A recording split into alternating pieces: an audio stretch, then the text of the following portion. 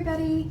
We are going to do an unboxing today of the Cinch Stack Cutter, just so you can be super successful on your very first cuts, making sure everyone knows how to correctly set up their cutter and have all the pieces that you need to make it work beautifully. Okay, so it's this giant box that you might have already gotten. All I did was open the box and take out what was inside, so we're going to go from there. Just tighten that box, but I just pulled everything out. So you'll see you have two pieces of foam on either side of the wrapped machine. So there are instructions that come with the tool, and it clearly shows everything that we're going to be doing today, so you can follow that as well. We just wanted to give you a quick informal video of how you set it up so that you can be successful. Okay, first things first, there are parts of this tool that you need attached to these side foam pieces. So right here and right here, there's two things you need, so don't throw them away. Okay, so this first piece is taped to the side. I'll unbag it. It's just a little flexible finger guard piece, and I'll show you how to put that on in just a second. You can throw away the packaging or recycle. And then on this side, taped to the side, is an Allen wrench and a crank handle that come in this other small little bag. We need both of those. Now we can remove the foam from the side. Nesting in the top of the foam is also the actual pull handle for the cutter, so we need that as well. And it just was laying across the top of the back right there. All right, I'll take these off. Unbag our cutter here.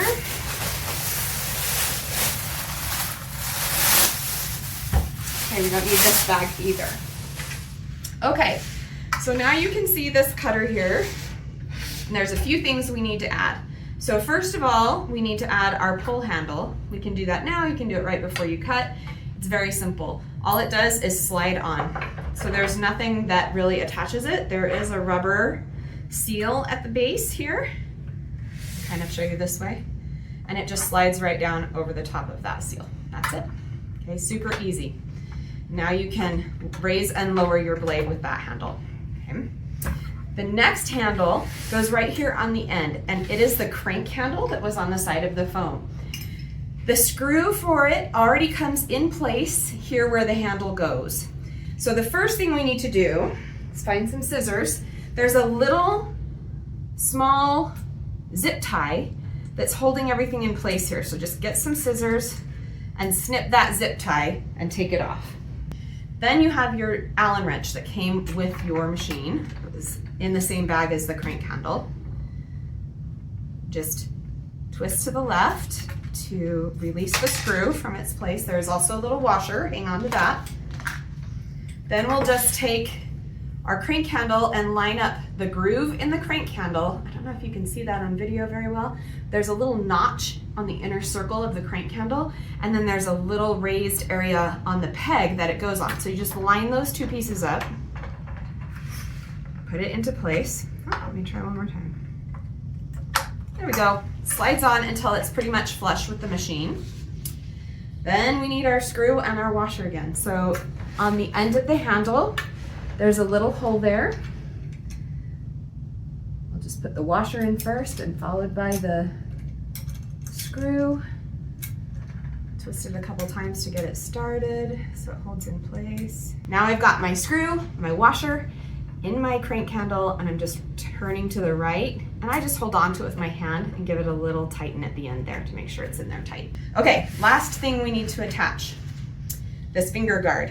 So there's this extremely sharp blade in this cutter, and it's right back in here. So this is just a protection to keep your fingers safe. And all you do is on these two little end pieces right here, the teal pieces, there's two little holes on the side, okay? And there's two little pegs on the finger guard. So you just put it in one peg and bend it ever so slightly into the other peg. So this can lift and lower so your paper can feed through there. But now it's a reminder not to put your fingers in there where that super sharp blade is.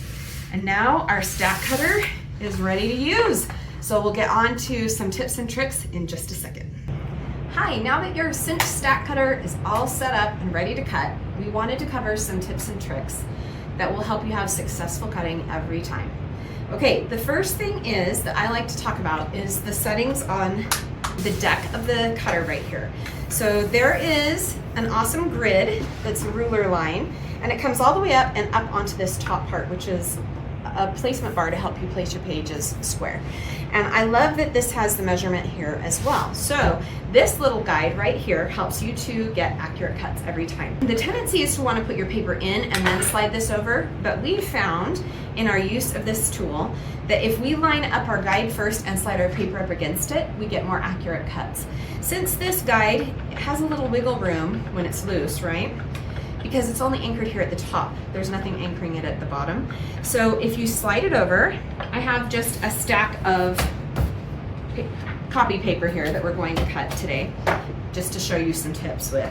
So let's say I just want to cut it straight in half. So that's an 8.5 by 11 inch paper. I'm going to cut it in half at 5.5. So I find 5.5 on my grid line here, and I hold this piece in place with one hand and tighten down this knob with my other hand. I get it pretty darn tight. Now you can see that that wiggle is pretty much gone. It's harder to get it tight when your paper is up against it for some reason. So if you do this first, you'll have more accurate cuts. So there's tip 1. Okay, tip 2. This stack cutter is meant for cutting stacks. So it can cut up to 1 inch, which we've said on all of our packaging and all of our content about it. But what we haven't said is that it's not great for cutting single sheets. That's not the intended purpose of this specific cutter.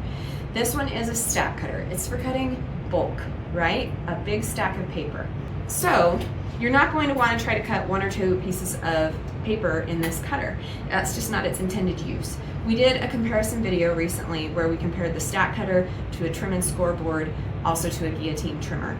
I suggest you go watch that and see the different purposes and uses of the trimmer. This one was designed to cut in bulk, so that's what it needs to be used for. That's how it's going to work best. 1 or 2 sheets, it's not going to cut all the way through. That being said too, because this is a stack cutter, you're going to want to cut a minimum of probably, an 1/8 of an inch. Like 20 pages of copy paper, something like that. You can play around with it and test it and see what works for you.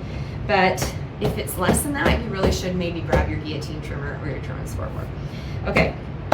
Secondly, with that same thing, since it does cut through this huge stack of paper and this blade is coming down to chop right across of this, it does struggle with cutting 1 or 2 sheets right at the bottom. So what I do is I just always put a couple of sheets in that I don't need extra. It's not going to damage them, it just doesn't cut them completely all the way through. So I frequently will take those 2 last sheets over to my guillotine trimmer and just finish the cut on those 2 if I do need them, or if it's a specialty paper that I want to use every bit of it, then I'll do that.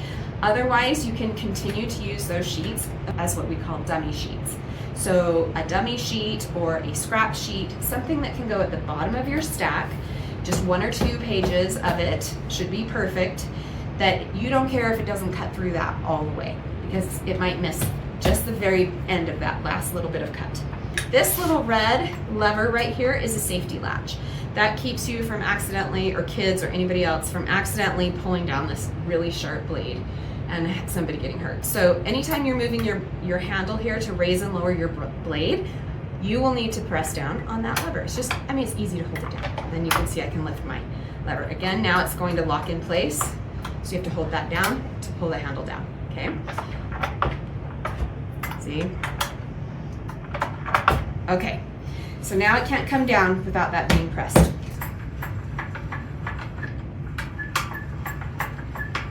Okay, now that my blade handle is up, my blade is up, the wheel is up, so my guard is all the way up inside my little gripping guard arm. I'm going to go ahead and slide that in and right up against where we have secured our measurement line, just like that. Just goes right under that finger guard. And then we're going to tighten down our wheel. And that's lowering that gripper. I don't know if you can see it. So it's lowering it down and holding this paper in here really tightly. See how I can't even pull it? Okay, we want to make sure it's tight up against the corner, in alignment. Give it an extra little twist. I'm going to cut from this way because I get a better angle and you will too. So I'm going to go ahead and hold down that safety latch and pull down. You can see it's really easy to pull down. That was a pretty big stack of paper. Here's another little tip. Sometimes I can get it to cut through that bottom one if while it's still held in there, I just pull it down one more time. Let's see if it worked.